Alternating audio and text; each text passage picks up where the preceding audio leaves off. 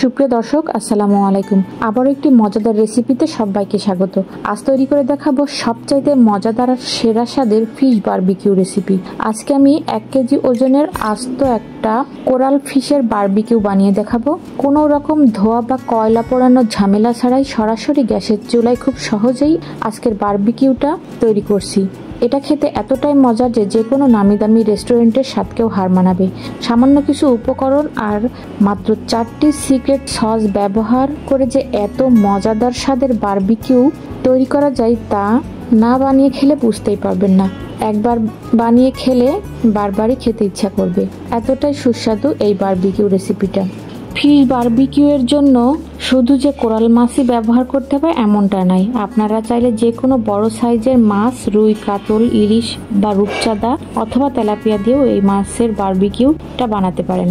Whole fish barbecue করার জন্য এখানে আমি একটা 1 কেজি ওজনের আস্ত কোরাল মাছ নিয়েছি। মাছটাকে ভালো করে ধুয়ে ক্লিন করে নিয়েছি। তারপর মাছের উপর আড়াআড়ি ভাবে একটু ডিপ করে কেটে নিয়েছি। যেহেতু বড় সাইজের মাছ তাই একটু ডিপ করেই কেটে নিতে হবে, তাহলে মশলাগুলো ভিতরে ঢুকবে আর খেতেও ভালো লাগবে। এখন এই কেটে নেওয়া মাছের গায়ে 1 চামচ লবণ আর কিছুটা ভিনেগার দিয়ে মাছের 2 সাইডে ভালো করে মেখে দিচ্ছি। তারপর এটাকে 5 মিনিট আমি রেখে দেবো, এতে করে মাছের গায়ে থাকা আষ্টে গন্ধটা চলে যাবে। তো এই ফাঁকে আমি কিছুটা তেঁতুল 5 মিনিট আগে পানিতে ভিজিয়ে রেখেছিলাম। এখন এটা থেকে তেঁতুলের পিউরিটা আমি ভালো করে বের করে নিব আর বিচিগুলোকে চিপে ফেলে দিচ্ছি। এখন এখানে 2 টেবিল চামচের মতো তেঁতুলের পিউরি বের হয়েছে। তো এখন তেঁতুলের পিউরিটা আরও একটু বাড়াতে আমি এখানে আরও 1 টেবিল চামচ প্রাণ তেঁতুলের সস দিয়ে দিচ্ছি।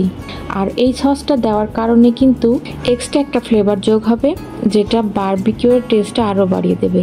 তবে হাতের কাছে না থাকলে এটা বাদ দিতে পারেন, সেক্ষেত্রে তেঁতুলের কাঠের পরিমাণটা একটু বাড়িয়ে দেবেন।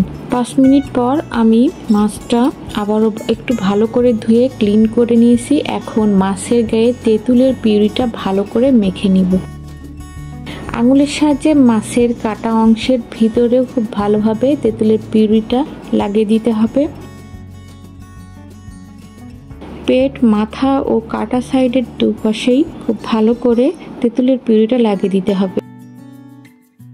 পুরো মাছে তেঁতুলের পিউরিটা মেখে নেওয়ার পর এটা আধা ঘন্টার জন্য রেখে দিব। এখন মাছটা ম্যারিনেট করার জন্য আমি একটা মশলা রেডি করে নিব। তার জন্য একটা বাটিতে প্রথমে দিয়ে দিচ্ছি 2 টেবিল চামচ টক দই, 1 চামচ আদা রসুন বাটা, 1 চামচ ধনিয়া গুঁড়া, 1 চামচ জিরা গুঁড়া, রাঁধুনি তান্দুরি ফিশ মশলা দিয়ে দিচ্ছি 2 টেবিল চামচ, 1 চামচ হলুদ গুঁড়া, 2 টেবিল চামচ মরিচ গুঁড়া, 1 চামচ লবণ, 1 টেবিল চামচ বারবিকিউ সস, 1 চামচ চিলি ফ্লেক্স, 1 টেবিল চামচ টমেটো সস, 1 টেবিল চামচ গ্রিন চিলি সস। যদি হাতের কাছে গ্রিন চিলি সস না থাকে সেক্ষেত্রে আপনারা এখানে 2 থেকে 3টি কাঁচামরিচ ব্লেন্ড করে দেবেন। দিয়ে দিচ্ছি 1 ফালি লেবুর রস। এখন দিয়ে দিচ্ছি 2 টেবিল চামচ সরিষার তেল। এবার চামচের সাহায্যে মশলাগুলো খুব ভালো করে মিশিয়ে নিচ্ছি।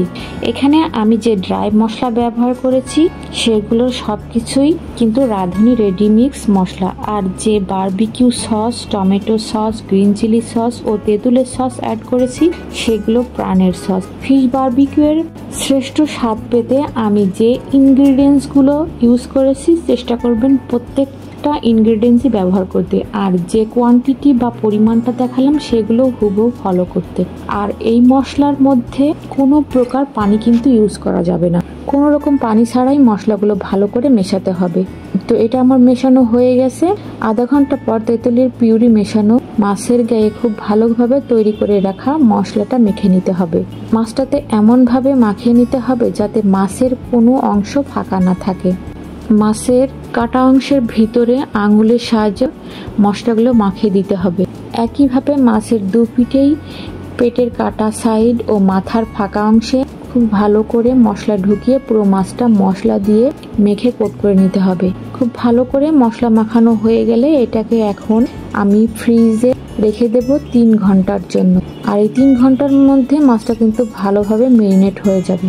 এই মেরিনেটের উপরে কিন্তু ডিপেন্ড করবে আপনার বারবিকিউয়ের অথেন্টিক স্বাদ। চাইলে 3 ঘন্টার বেশি সময়ও মেরিনেট করে রাখলেও আরও ভালো ফল পাওয়া যাবে। যত বেশি সময় নিয়ে মাছটা মেরিনেট করে রাখবেন তত বেশি মাছের গায়ে মশলাগুলো প্রবেশ করবে এবং বারবিকিউ করার পর এটা খেতে দুর্দান্ত হবে। কেউ চাইলে রাতে মাছটা মেখে পরদিন সকালে বারবিকিউ করতে পারে, আবার সকালে মেখে রেখে এটাকে বিকেলেও বারবিকিউ করতে পারবে, তাহলে রেজাল্টটা আরও ভালো পাবেন। তো আমি 3 থেকে 4 ঘন্টার মতো মাছটাকে মেরিনেট করে রেখেছিলাম, এখন এটাকে বারবিকিউ করে দেখাচ্ছি। আমি এইরকম একটা ফিশ বারবিকিউ স্ট্যান্ড নিয়েছি, আর এই স্ট্যান্ডটা আপনারা যে কোনো কুকারিজের দোকানে 350 থেকে 400 টাকার ভিতরে কিনতে পাবেন। এখন মাছটা বারবিকিউ করার সময় যাতে স্ট্যান্ডের গায়ে লেগে না যায় তার জন্য স্ট্যান্ডের গায়ে একটু তেল ব্রাশ করে দিচ্ছি। এতে করে মাছটা স্ট্যান্ডের গায়ে লেগে যাবে না আর খুব সহজে এটা তুলে নেওয়া যাবে। এখন মেখে রাখা মাছটা স্ট্যান্ডের উপর সাবধানে বসিয়ে দিতে হবে। ফিশ স্ট্যান্ডের উপর মাছ দেবার পর প্লেটে কিছুটা মশলা থেকে যেতে পারে, তো এই মশলাগুলো উপর দিয়ে মাছের উপর মেখে দিতে হবে। তারপর স্ট্যান্ডের মুখটা খুব ভালো করে আটকে দিতে হবে। এখন গ্যাস ফ্লেমটা লো হিটে অন করে এর উপর আমি স্ট্যান্ডটা বসিয়ে দিচ্ছি। যেহেতু বড় সাইজের মাছটা যাতে চুলা থেকে ছিটকে না পড়ে যায়, তাই আলাদা একটা স্ট্যান্ড আমি বসিয়ে দিয়েছি। লো ফ্লেমে মাছটাকে এবার স্ট্যান্ডের উপর বসিয়ে 40 মিনিট ধরে মাছটাকে ঘুরিয়ে ফিরিয়ে এপিট ওপিট করে সমানভাবে এটাকে পুড়িয়ে নিতে হবে। তো আমি 5 মিনিট পর পর গ্রিলটা ধরে আগে পিছে করে ঘুরিয়ে ফিরিয়ে নিচ্ছি। এক পিঠ হালকা পোড়া হয়ে এলে আরেক পিঠে উল্টে পোড়াতে হবে, আর উল্টা অংশে 5 মিনিট পর পরই তেল ব্রাশ করে দিচ্ছি। একটু সময় আর ধৈর্য নিয়ে মাছটা পোড়াতে হবে, তাহলে মাছের প্রতিটা অংশে সমানভাবে কুকড হবে, তাহলে খেতেও ভালো হবে। একটু পর পর তেল ব্রাশ করে দিয়ে মাছটা পোড়াতে হবে। আর মাছটা পোড়ানোর সময় মাছের গা থেকে চুলার উপর কিছুটা মশলা কিন্তু পড়তে পারে, এতে কোনো সমস্যা নেই, বরং আরও ভালো। কেননা বারবিকিউয়ের গা থেকে যে স্মোকি ফ্লেভার আসে, এই মশলাটা চুলার উপর পুড়ে সেই স্মোকি ফ্লেভারটাও কিন্তু তৈরি হবে। মাছের মাথা, লেজ, বুক, পিঠ সব দিক ভালো করে স্ট্যান্ডটা ঘুরিয়ে ফিরিয়ে নিয়ে এটা পোড়াতে হবে। তো মাছটা আমার প্রায় বারবিকিউ করা হয়ে গেছে। পুরো মাছটা আমার বারবিকিউ করতে সময় লেগেছে 40 মিনিটের মতো। এখন চুলা থেকে নামানোর আগে মাছের 2 সাইডে 2 ফালি লেবুর রস চিপে তারপর এটাকে 5 মিনিট আবারও এপিট ওপিট ভালো করে পুড়িয়ে নিচ্ছি। সবশেষে অবশ্যই এই লেবুর রসটা দিতে হবে, তা না হলে বারবিকিউয়ের আসল স্বাদটা পাওয়া যাবে না। তো এই যে আমার ফিশ বারবিকিউ করা হয়ে গেছে, তো চুলা থেকে স্ট্যান্ডটা আমি নামিয়ে নিয়েছি। এখন আপনাদের পরিবেশন করে দেখিয়ে দিচ্ছি। আমি মাছটাকে টমেটো, শসা, গাজর আর ধনিয়া পাতা কুচি দিয়ে পরিবেশন করেছি। সবজি দিয়ে পরিবেশন করলে খেতে সবচেয়ে বেশি ভালো হয়, কোনো প্রকার সসের প্রয়োজন নেই। এই আস্ত কোরাল ফিশের বারবিকিউটা এতটাই সুস্বাদু যে কোনো রেস্টুরেন্টের স্বাদকেও হার মানাবে। আর এই বারবিকিউটা করে দেবার পর আমার পরিবারের লোকজনের তো এত বেশি পছন্দ হয়েছে যে তারা প্রায়ই এই রেসিপিটার জন্য আবদার করে। দেখুন আপনাদের ভাইয়ের রিয়াকশনটা। আপনারা একবার হলে অবশ্যই বাসায় এই ফিশ বারবিকিউ রেসিপিটা ট্রাই করবেন। আশা করছি আপনাদেরও ভীষণ ভালো লাগবে। রেসিপিটা ভালো লাগলে লাইক, কমেন্ট, শেয়ার করতে ভুলবেন না। আর আমার চ্যানেলটা সাবস্ক্রাইব করে পাশে থাকার অনুরোধ জানাচ্ছি।